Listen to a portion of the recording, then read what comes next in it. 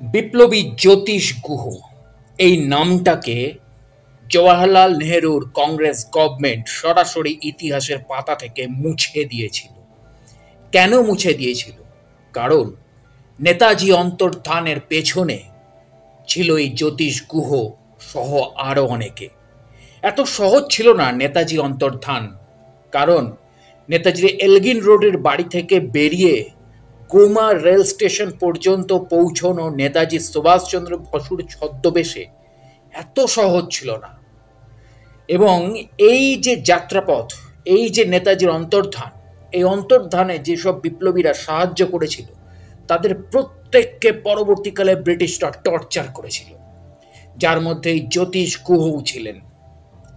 লালকেল্লায় নিয়ে গিয়ে এদেরকে এমনভাবে থার্ড ডিগ্রি দেওয়া হয়েছিল, ব্রিটিশরা এমনভাবে থার্ড ডিগ্রি দিয়েছিল, এদের মলদ্বারে নল ঢুকিয়ে রেখে দেওয়া হয়েছিল 4 বছর।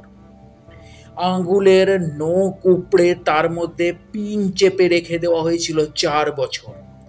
অসহ্য যন্ত্রণা সহ্য করেও জ্যোতিষ গুহ মুখ খোলেনি যে নেতাজি সুভাষচন্দ্র বোস কোথায় রয়েছে। এই কাহিনী অনেকেই জানে না, কারণ আমাদের ইতিহাসে জ্যোতিষ গুহর এত বড় ডেডিকেশন, এত বড় আত্মবলিদান কোনোদিনও সেইভাবে পড়ানো হয়নি। আমরা শুধু বড় জিনিসটাকে ফোকাস রাখি, যে নেতাজি সুভাষচন্দ্র বসু তিনি বাড়ি থেকে বেরিয়ে গেছিলেন। কিন্তু এটাও মাথায় রাখতে হবে, এলগিন রোডের বাড়ি থেকে সেদিনকে যিনি বেরোচ্ছিলেন তিনি কিন্তু ব্রিটিশের সবচেয়ে বড় শত্রু ছিলেন, আছেন এবং আজও হয়েই আছেন।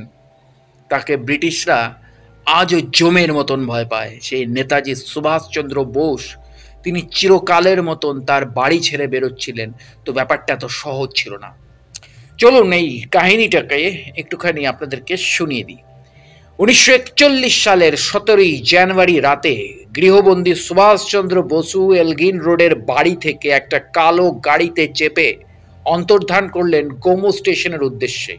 তার গাড়ির চালক ছিলেন ভাইপো শিশির বসু। অবশ্যই এই ভাইপো শিশির বসুর ছেলে এবং বউ, প্রত্যেকটা ফ্যামিলি পরবর্তীকালে রাজনৈতিকভাবে কতটা বেনিফিটেড হয়েছে আমরা প্রত্যেকেই জানি, দেশবাসীও জানে এবং প্রত্যেকেই কম বেশি জানি। তো তাদের কথা এখন আসছি না।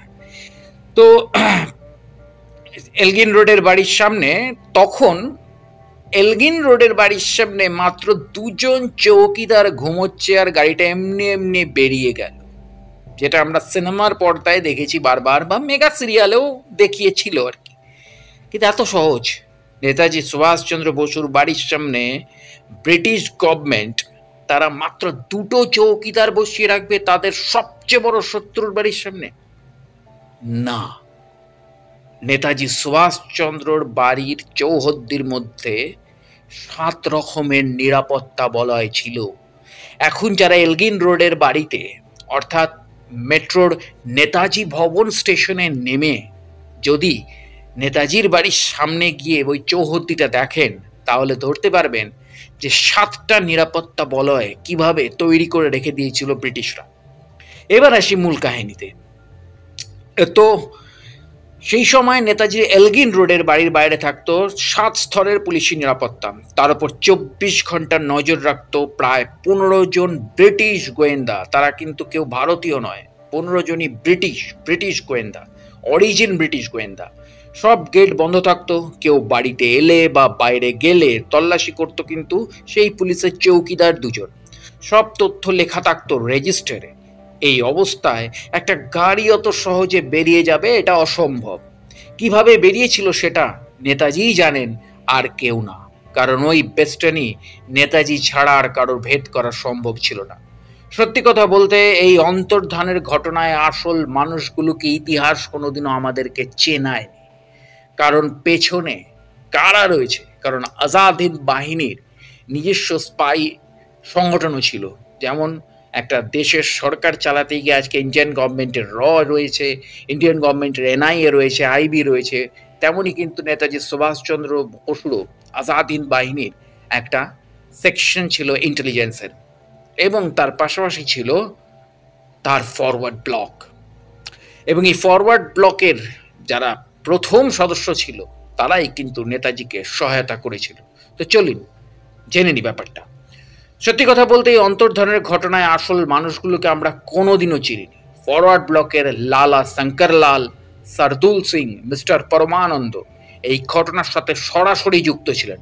বেঙ্গল ভলান্টিয়ার্সের সত্যরঞ্জন বক্সি, সুধীর রঞ্জন বক্সি, হরিদাস মিত্র, জ্যোতিষ গুহ সরাসরি যুক্ত ছিলেন এই ঘটনার সঙ্গে।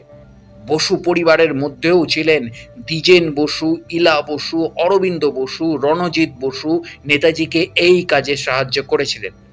আমরা ভুলে গেছি শহীদ রামকৃষ্ণনকে, যিনি নেতাজির রাশিয়া যাবার পথ খুঁজতে গিয়ে ডুবে যান আমুর নদীতে। এই ঘটনা ব্রিটিশদের কাছে ছিল আশাতীত। তারা ব্যাপক তল্লাশি চালায় গোটা ভারতবর্ষ জুড়ে, মানে অখণ্ড ভারতবর্ষ জুড়ে, এবং বেঙ্গল ভলান্টিয়ার্সের বেশ কিছু শীর্ষস্থানীয় বিপ্লবীকে সন্দেহভাজন হিসেবে গ্রেপ্তার করেন। তার মধ্যেই ছিলেন জ্যোতিষ গুহ, সত্যরঞ্জন বক্সি, সর্দার সরদুল সিং। অরবিন্দ বসুকে জেলে প্রচণ্ড অত্যাচার করা হয়। জেলে প্রাণ দেন এই জ্যোতিষ গুহ, কারণ জ্যোতিষ গুহ এই অত্যাচার সহ্য করতে পারেননি। কারণ আমি বললাম না প্রথমেই যে জ্যোতিষ গুহকে লালকেল্লায় নিয়ে গিয়ে 4 বছর ধরে মলদ্বারে রুল ঢুকিয়ে, নল ঢুকিয়ে, আঙ্গুলে পিন ফুটিয়ে, রোজ লাঠির আঘাত মেরে, মেঝেতে শুয়ে উলঙ্গ করে, বুটের ক্রমাগত লাথি মেরে অত্যাচার করেও ব্রিটিশরা জানতে পারেননি নেতাজি সুভাষচন্দ্র বোস কোথায় গেলেন এবং তাকে পরবর্তী স্টেপগুলোতে কারা সহায়তা করতে যাচ্ছিলেন। জ্যোতিষ গুহ মুখ খোলেনি, সেরকম কেউই মুখ খোলেনি। হ্যাঁ, বেঈমান ছিল, সেই বেঈমানের কাহিনীও নিয়ে আসবো। শাহনওয়াজ, যে বেঈমান নেহরুর সাথে হাত মিলিয়ে নেতাজি সুভাষচন্দ্র বসুকে ইতিহাসের পাতা থেকে মুছে দিতে চেয়েছিল।